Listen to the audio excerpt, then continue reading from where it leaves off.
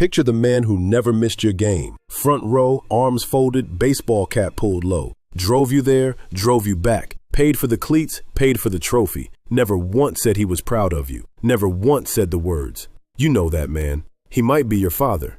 He might be you. I'm Franklin, and today we're getting into the psychology of Black Gen X fathers, the men born between about 1965 and 1980 who are raising kids, raising grandkids, and quietly carrying more than anybody around them knows. And we're not starting where every article on this topic starts. We're not starting with what these men didn't do. We're starting with what they actually do, because the numbers on that will surprise you. Here's the thing nobody puts on a magazine cover. The CDC's National Health Statistics Report pulled data from thousands of fathers between 2006 and 2010, and Black fathers living with their children were the most involved dads in America on daily, hands-on care. 70% of Black dads bathed, dressed, diapered, or helped their kids in the bathroom every single day. 60% of white fathers did the same. 45% of Hispanic fathers. Black dads led on feeding, on playing, on reading, on sharing meals. Led the whole country. Let that sit for a second. The stereotype you've been fed your whole life says one thing. The federal data, the government's own numbers, says something very different. So what's going on? Why does the man who never missed your game, who packed your lunch, who braided your sister's hair before school, get written out of the story? And more importantly for tonight, how does a man do all of that,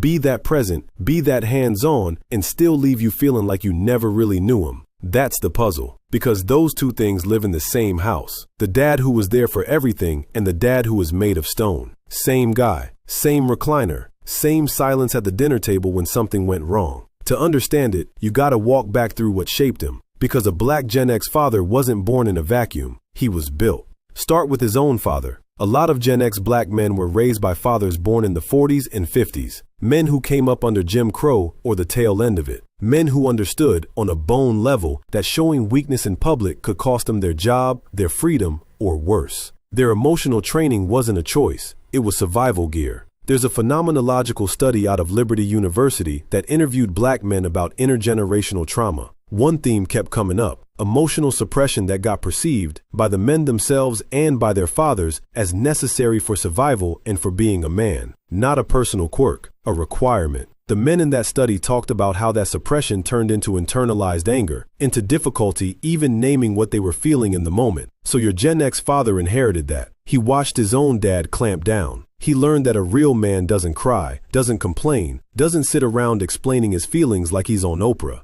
doesn't ask for help, solves it, handles it, moves on. Then he grew up and had you. And here's where it gets interesting, because he didn't repeat his father's playbook exactly. He rewrote parts of it. The presence part, he turned that dial all the way up. A lot of these men grew up hearing every stereotype about the absent Black dad, and they decided, sometimes without ever saying it out loud, sometimes screaming it in their heads, that whatever else happened, they were not going to be that guy. Not in this house. Not with these kids. That's why the CDC numbers look like they do. That's why a Black dad in that data set was more likely to bathe his kid every day than any other dad in America. Not because it was easy, because it was a mission, a quiet daily correction of the record. But, and here's the part that doesn't make the highlight reel, the presence got turned up while the emotional expression stayed on the same low setting his father used. He shows up, he drives you everywhere. He fixes the car, checks the homework, sits in the bleachers in the rain. What he doesn't do is talk about how any of it feels, his or yours. So you grew up with a dad who was physically all in and emotionally on lockdown. That combination is specific. That's the Black Gen X dad signature. That's the fingerprint. Now, let's talk about the belt, because you can't have this conversation and skip that part. Pew Research did a survey back in 2015 that found Black parents were more than twice as likely as white and Latino parents to use physical punishment on a regular basis. And there's a bigger study, the Gershoff research CNN covered, that looked at about 20,000 kindergartners and found that 89% of Black parents reported having spanked their children, 79% of white parents, 80% of Hispanic, 73% of Asian. The Black Wall Street Times ran a piece a few years back arguing that corporal punishment in Black homes has roots in racial trauma more than in some ancient cultural tradition. The reasoning goes like this. Enslaved people were beaten. Their descendants learned that a Black child who steps out of line in the wrong neighborhood at the wrong time can end up in a body bag. So the belt at home became, in some parents' minds, a preemptive strike. Better a whooping from me than something worse from out there. Get it in his head early. Make him flinch when authority walks in the room, because that flinch might save his life. Whether you agree with that framing or not, here's what matters for our conversation. The Gen X black father grew up on the receiving end of that logic. Extension cord, switch off the tree, belt folded in half. And now he's raising his own kids in an era where the whole country is loudly debating whether any of that should ever happen to a child. So he's stuck in a squeeze. His parents used it on him, and he turned out, in his mind, fine. But he's reading, he's watching, he's listening to his wife or his kid's mother, and something in him is asking a question his own father never had to ask. Is this the right way? Is this even discipline? Or is this me passing down something that was done to me? A lot of these men have quietly changed course. They talk more, they time out, they take away the phone, they explain, and they still wonder if they went soft. That's a whole internal argument running in the background of a man who looks, from the outside, like he's just watching the game. Meanwhile, and this is where it starts to compound, his wallet is on fire. The National Institute on Retirement Security put out a report in 2023 called The Forgotten Generation, all about Gen X approaching retirement. The findings are ugly. The typical Gen X household has about $40,000 saved for retirement. $40,000. That's it. And when they broke the numbers out by race, nearly every black Gen Xer they looked at had less than half of what they'd need to hit their retirement target. The AFRO ran a piece using research from the Society of Actuaries showing the average black household had about $188,000 in retirement wealth compared to about $435,000 for white households. Less than half. And that's average, meaning the folks who actually have something. A lot of black Gen X households are sitting well below that average. Now think about what that does to a man's head. Gen X was the first generation to catch the switch from pensions to 401ks full in the face. Their parents, if they had good union jobs or government jobs, got a pension, a check every month for life. Their kids, the millennials, grew up hearing about 401ks from day one. But Gen X? They started working in the 80s and 90s when the rules got rewritten mid-game. They noticed one day that the pension was gone and something called a match was supposed to save them. So the black Gen X dad is standing in his kitchen at 54 years old, looking at a retirement account that won't cover 3 years of rent, and he's still got a kid in braces and another one talking about college. He's helping his mother with her medications. His father, if he's still around, might need him too. And what does he do with all that pressure? He doesn't say it. He goes to work. He picks up the extra shift. He tells his kid the college fund is fine. Don't worry about it. Daddy's got it. Then he lies awake at 3 a.m. running the numbers in his head. You ever wonder why your father's shoulders looked like that? Why he seemed tired in a way you couldn't name? That's the math sitting on him.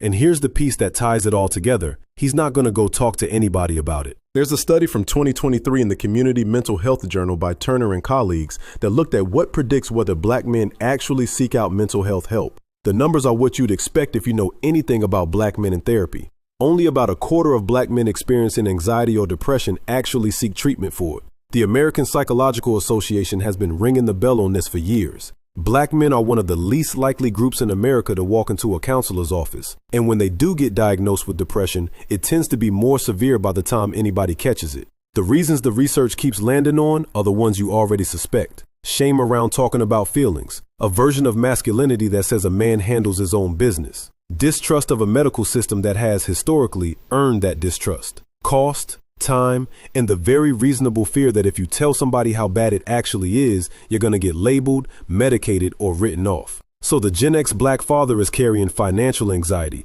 unresolved grief for his own father, the weight of being the strong one in every room he walks into, and questions about his own parenting choices. And he's carrying all of it alone. And there's real data on what that does inside these homes. A study led by Julian, published in 2021, followed 88 black biological fathers of 2-year-olds, low incomes across the sample. And the researchers documented high rates of depression and PTSD symptoms among these dads. And those symptoms showed up in their observed parenting during stressful moments. Not because these men didn't love their kids, because carrying that much unaddressed changes how you respond when your 2-year-old is having a meltdown at the end of a 14-hour day. There's more recent work published in 2024 that followed 75 black fathers through pregnancy and into early infancy. Researchers found that when the father was dealing with depression, the quality of his relationship with the mother of the baby dropped, a real measurable effect. And that in turn affected how involved he could be during the pregnancy and how attached he was to the baby once it arrived.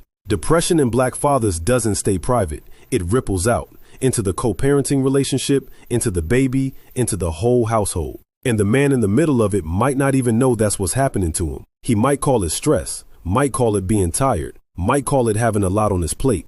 Now, here's where the story turns, because it's easy to lay all this out and make it sound like a life sentence. It isn't. There's a study published in a peer-reviewed journal that looked at Black men who were incarcerated at the time. Rough sample, men who by any measure had every reason to be shut all the way down. And the researchers wanted to know what predicted whether these men could still access their emotions as adults or whether they were completely walled off. The answer was simple, and it matters. Men who reported having felt close to a parent, either one, when they were children, had significantly lower emotional restrictiveness as adults than men who didn't, even in that population, even with everything else stacked against them, which means the wall isn't fixed. The wall is built by what happened around a boy, and it can be pulled apart by what happens around him now. That includes the man himself, in his 50s, deciding to say a thing out loud he was never taught to say. There's very recent work backing this up. A 2026 grounded theory study in family process, Lee and colleagues, interviewed Black fathers, most of them dealing with real socioeconomic pressure about how they construct fatherhood. The researchers found that these men are actively rewriting the script. They're moving away from the patriarchal, top-down, silence is strength model they inherited. They're leaning on peer support. They're co-parenting more intentionally. They're growing emotionally in their 40s and 50s on purpose, not because a therapist told them to, because they looked at what they got as boys and decided their kids deserve something a little different. That's the part the absent Black father narrative can't handle, because the narrative needs him to be missing. But he's in the kitchen. He's at the game. He's on the couch trying to figure out how to tell his grown son something his own father never told him. So if you're a Black Gen X father, or you were raised by one, here's what I want you to sit with. The presence was real. The love was real. The stone face was armor, worn over the man underneath it. Your father was probably doing the emotional equivalent of holding a door shut with his whole body while a storm blew outside. He didn't have hands free to hug you the way you needed. The load was heavier than anybody let him admit, and the love was still in there under all of it. And if you're that man right now, the one in the recliner, the one running the numbers at 3 in the morning, the one who hasn't cried since your grandmother's funeral in 1993, you are not too far gone. The research says the wall responds to closeness. Late closeness counts. A hard conversation with your adult kid counts. Telling your son you're proud of him out loud at 58 counts. Sitting in a chair across from a counselor one time to see what it feels like counts. You spent your whole fatherhood correcting a record that other people wrote about you. The last correction is the one for yourself. The strong silent thing was a costume, and you're allowed to take it off in your own house. Before you click off, let me leave you with one more thing, because I don't want this to be the kind of video where you nod along and then close the app and nothing changes in your actual house tomorrow. There's a specific move that comes up over and over in the research on Black fathers who broke the cycle even a little. Therapy helps, sure. Books help. A men's retreat in the woods might help somebody. But the thing that shows up again and again is smaller than any of that. It's a conversation with one other man who's in it too. A brother, a cousin, a dude from work. Somebody who's also raising kids and also carrying the weight and also wasn't taught how to say any of this. That family process study from Lee and the team kept finding that peer support was one of the biggest engines of change for these fathers. Not a professional, another dad. 2 men in the driveway on a Saturday afternoon actually saying, "Man, I don't know what I'm doing with this teenager." 2 men admitting they're scared about the money. 2 men saying, "My daddy never told me he loved me either, and I'm trying to figure out how to say it to mine without it sounding weird." That's the crack in the wall. That's where it starts. Not a big dramatic breakthrough. A regular Tuesday, one honest sentence said to somebody who won't laugh at you for saying it. And here's the thing about Gen X. You all specialize in working things out with no instructions. You already did it with computers, with careers, with raising kids while both parents worked. You can do it with this too. The tools are simpler than you think. One conversation, one sentence out loud. One time you say the thing your father never said to a child who's been waiting their whole life to hear it. That's the whole assignment. That's the whole video. Appreciate you rocking with me tonight. The one playing on the screen right now, go ahead and start it.